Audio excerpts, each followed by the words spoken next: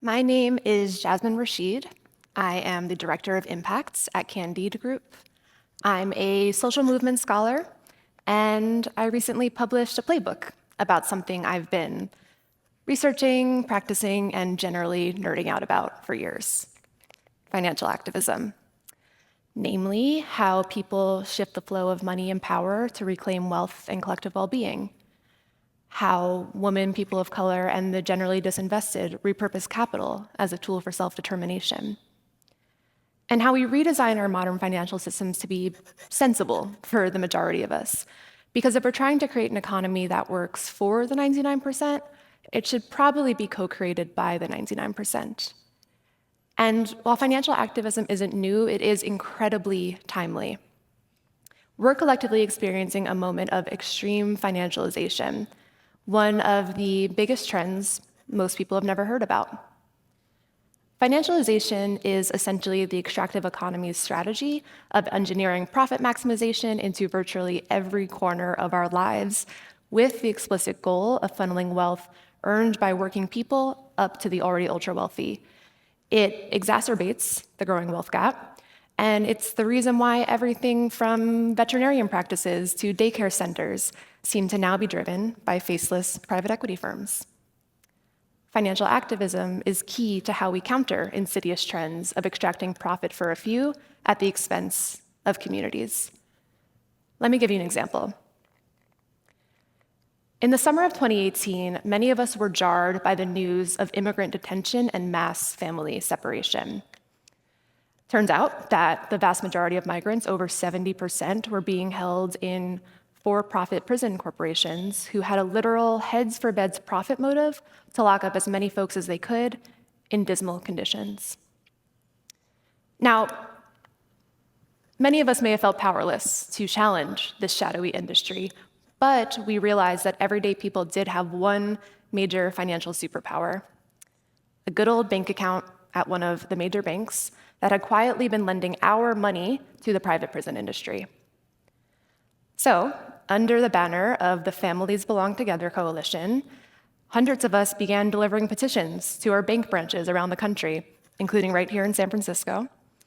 We were led by immigrant moms who had survived the horrors of family separation, and we very publicly urged our banks to break up with the private prison industry. We also recruited asset managers and investors to the coalition, folks who could really speak the language of finance and that insider language to the big bank representatives. And many of those bank representatives professed a deep commitment to human rights and could see that supporting for-profit incarceration, newly exposed ESG risk, and might not be the best PR. After months of organizing from all angles, we saw something interesting happen. First, Chase Bank publicly committed to no longer bank the private prison industry. Then Wells Fargo. Then Bank of America followed, and so on until ultimately more than $2 billion, the majority of the industry's financing, was affected, altering private prison companies' ability to raise outside capital to this day. People power did that. Financial activism did that. So when we are thinking about systems change and how we can do this from the perspective of everyday people, we really need to be thinking about how we're creating culture change and financial change that invites in the previously not invited. In my work, I like to offer 8 core strategies for everyday financial activism: talking about money, banking on ourselves, flexing some buying power, giving and receiving money, showing up for one another beyond money, shifting budgets, leveraging the magic of investing, and redesigning how we do business. There's a lot there, and within these 8 strategies, there are virtually endless opportunities for us to shift the flow of capital in line with social movements. It's exciting and maybe a little overwhelming. So where do we begin? Let me suggest we keep it simple. The first step to practicing everyday financial activism is just to be curious, to question, why is this like this? Why are the small businesses in my town being replaced by big box stores? Why is it so hard for my coworkers and I to see what our 401ks are invested in? And who lent us all this compounding student debt and why? Then step 2 is to ask yourself and check in, so how do I feel about this? Because honestly, it's easy to skip over the emotional, psychological, spiritual effects of dealing with money and finance and the harsh realities of wealth inequality.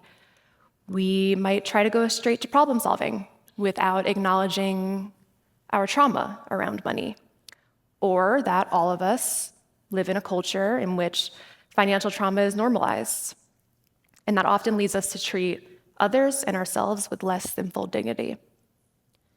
So it's really important that we stay curious, that we check in on our messy emotions, and then step 3 is fun. We get to map what's possible. Let's take that absurd levels of student debt example.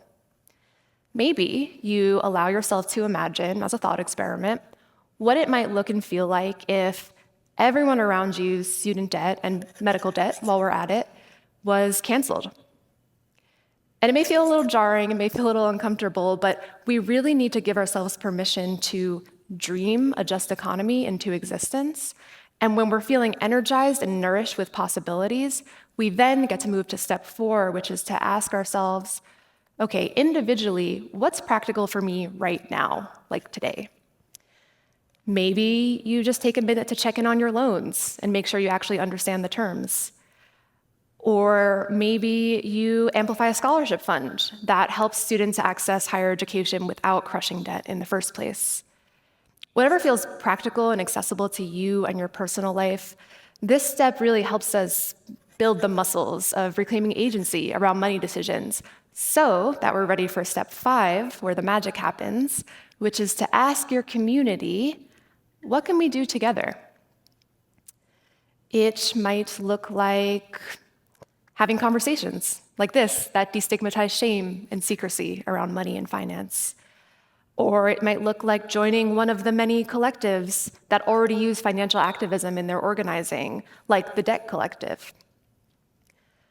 One individual action and intentionality around money is meaningful, but it's when we combine our efforts and energy in solidarity, out loud, that we begin to alchemize collective power. So, when you leave here today, please take this framework with you.